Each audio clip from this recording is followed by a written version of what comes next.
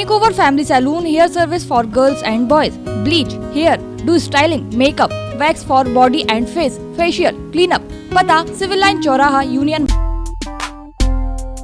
मैं डॉक्टर तलहा साद, विभाग अध्यक्ष एवं सह प्राध्यापक बुंदेलखंड गवर्नमेंट मेडिकल कॉलेज में चेस्ट विभाग में पदस्थ हूँ। आज डॉक्टर्स डे के दिन आप सभी लोगों को शुभकामनाएं देना चाहता हूँ। जो कोई भी अस्पताल के भीतर या अस्पताल के बाहर कहीं भी मरीजों की सेवा में लगा हुआ है, ये उन सब के लिए आज का दिन बहुत बड़ा दिन है। ये जो कोरोना वायरस की बीमारी है, इसके संदर्भ में आपसे कुछ बातें बताना चाहता हूँ। कोरोना वायरस के जो लक्षण होते हैं वो मुख्यतः 3 लक्षण होते हैं। पहला, तेज बुखार आना, दूसरा अप्रत्याशित तौर पे सूखी खांसी रहना, और तीसरा उसको कभी भी नाक से पानी नहीं आना।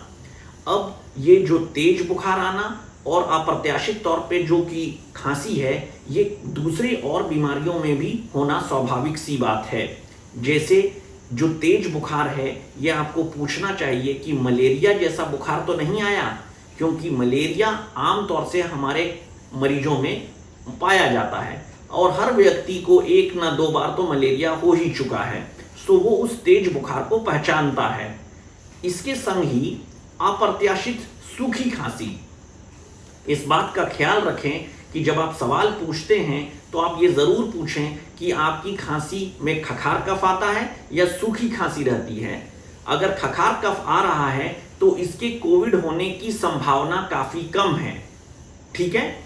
इसके अलावा जो सूखी खांसी है वो कोविड के अलावा एलर्जी वाले मरीजों में भी होता है। सो एलर्जी वाले मरीजों के लिए आप अगला सवाल पूछ सकते हैं कि क्या ऐसी सूखी खांसी अप्रत्याशित तौर पे आपको पिछले ठंड के समय में भी हुई थी या पिछली बार मौसम बदलने पे भी हुई थी। तो अगर उसका जवाब हाँ में रहता है तो ये ज़्यादा चांस है कि उसे एलर्जी की वजह से ही सूखी खांसी हुई है।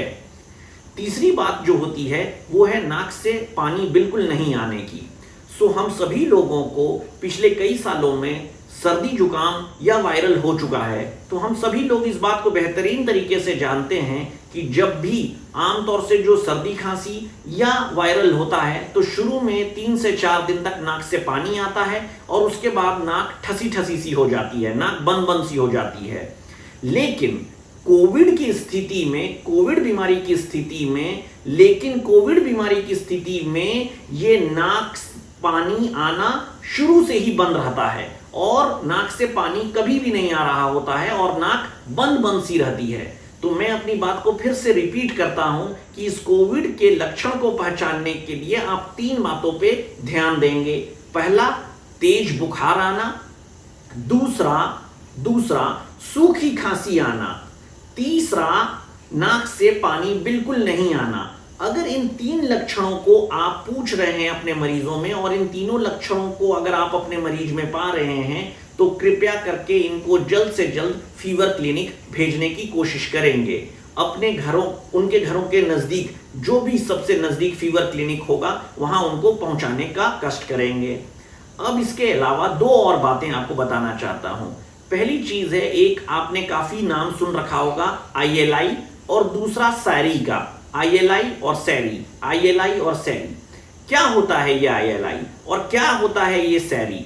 तो ILI की पूरी जो परिभाषा है वो है इन्फ्लुएंजा लाइक इलनेस।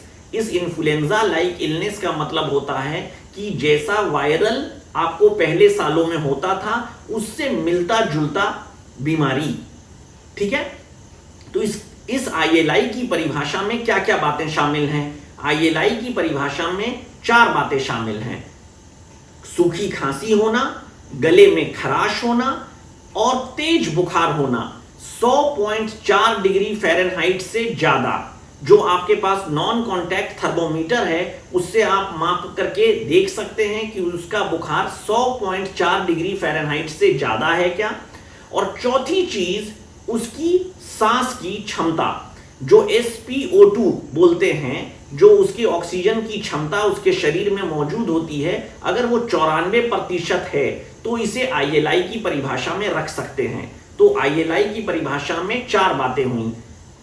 सूखी खांसी होना, गले में खराश होना, तेज बुखार होना 100.4 डिग्री फ़ारेनहाइट से ज्यादा, और उसकी सांस फूलना। मगर उसके सैचुरेशन जो आपको अंगूठे में फंसा करके चेक करते हैं, पल्स ऑक्सीमीटर उसे बोलते हैं, और ऑक्सीजन सैचुरेशन 94% होना। तो ये ILI की परिभाषा में आता है। अब दूसरी बात जो होती है वो है सैरी। सैरी आपने काफी बार नाम सुन रखा होगा। इस सैरी का मतलब क्या है? सैरी का मतलब है सीवियर, S से सीवियर, A से एक्यूट, और R से रेस्पिरेटरी, और I से इलनेस। तो इसे पूरी बात कहते हैं सीवियर एक्यूट रेस्पिरेटरी इलनेस। तो अब इस बात का मतलब क्या हुआ? इस बात का मतलब यह हुआ कि इसकी परिभाषा में भी बिल्कुल ILI के ही मिलते जुलते चीजें मिलना। और क्या क्या चीज मिलना? पहली चीज है सूखी खांसी मिलना, दूसरा गले में खराश मिलना, और तीसरा तेज बुखार मिलना 100.4 डिग्री फ़ारेनहाइट से ज्यादा तेज बुखार। परंतु जो आखिरी चीज जो इस बात को सैरी को ILI से भिन्न करती है वो है ऑक्सीजन का सैचुरेशन का माप। ऑक्सीजन का सैचुरेशन का माप वहां पर मैंने 94% बताया था, और सैरी में अगर ऑक्सीजन का सैचुरेशन 90% या उससे कम है तो उसे सैरी कहेंगे। तो सैरी की परिभाषा में 4 बातें होनी चाहिए। सूखी खांसी अप्रत्याशित तौर पे, गले में अत्यधिक खराश, तेज बुखार, और सांस फूलना इतना ज्यादा जिसमें कि ऑक्सीजन की सैचुरेशन, ऑक्सीजन का माप शरीर में 90 या 90% से कम होना। इन परिस्थितियों में जब भी आपको ILI दिखे तो आप कोशिश करेंगे कि अब उन मरीज के घर के जो नजदीकी फीवर क्लिनिक है वहां पर उनको पहुंचा दें। दूसरी चीज है कि जब भी आपको सैरी की परिभाषा में जो चौथी बात थी कि अगर उसके ऑक्सीजन सैचुरेशन 90% से अगर कम है तो उसे फीवर क्लिनिक के बजाय सीधे मेडिकल कॉलेज के सैरी विभाग में भेजने की कोशिश करेंगे, मेडिकल कॉलेज के कैजुअल्टी भेजने की कोशिश करेंगे। इधर उधर कहीं नहीं भेजेंगे, आप उसे सीधे मेडिकल कॉलेज के कैजुअल्टी भेज सकते हैं अगर उसका ऑक्सीजन का सैचुरेशन 90% से कम है तो। अब अंतिम में एक बातें और बताना चाहता हूं। पहली बात तो यह है कि मरीज आज के समय में जांच नहीं कराना चाहता है। आपके पास वो तरह तरह के बहाने बना करके भागने की कोशिश करता है। आप इस बात को समझने की कोशिश करिए कि अगर आपके द्वारा एक मरीज भी छूट जा रहा है और वो एक मरीज भी बाहर घूम रहा है तो एक मरीज एक हफ्ते के भीतर 59,000 लोगों को इन्फेक्शन फैला सकता है।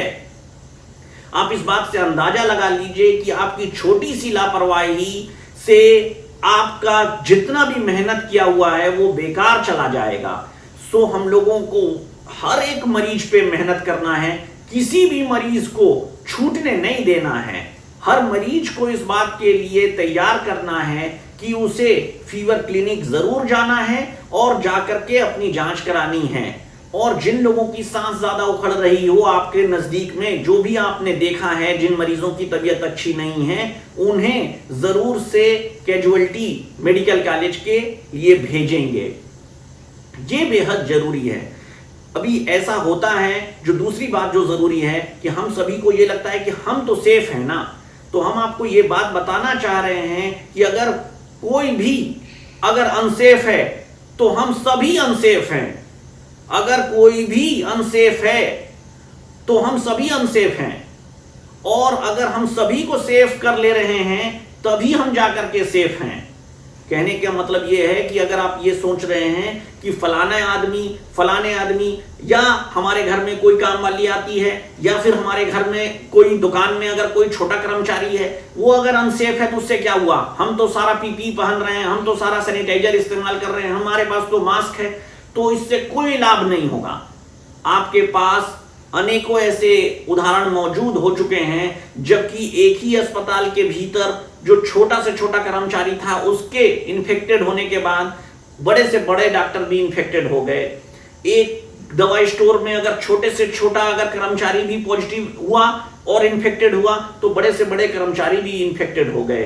सो इसीलिए मैं आपसे निवेदन कर रहा हूं कि ये बात अपने दिमाग से निकाल दीजिए कि हमें सेफ होना है। हमें तो होना ही है सेफ, लेकिन हमें इस बात का प्रयास करना है कि हर कोई जिस तक भी हम पहुंच सकते हैं उन सभी को सेफ करना है, उन सभी लोगों में जागरूकता बढ़ाना है और उन सभी लोगों को बताना है कि कोरोना के क्या लक्षण होते हैं, और कोरोना के लक्षण अगर मिल रहे हों तो समय बिना व्यर्थ किए हुए हमें जल्द से जल्द फीवर क्लिनिक पहुंचना है और फीवर क्लिनिक में हमें डॉक्टर साहब को दिखाना है और उनकी राय को माननी है, उनकी राय को नजरअंदाज नहीं करना है। हमें इधर उधर भागने की या अपनी बीमारी को छुपाने की कोई जरूरत नहीं है। अगर हम समय रहते हुए अस्पताल पहुंच गए तो वहां पर डॉक्टर साहब सही इलाज करने में कामयाब हो जाएंगे, लेकिन अगर आप देर कर देंगे तो आपकी स्थिति इतनी गंभीर हो जाती है कि आप अंतिम में वहां पर सिर्फ और सिर्फ दम तोड़ते हैं, उसके अलावा और कुछ नहीं कर पाते हैं।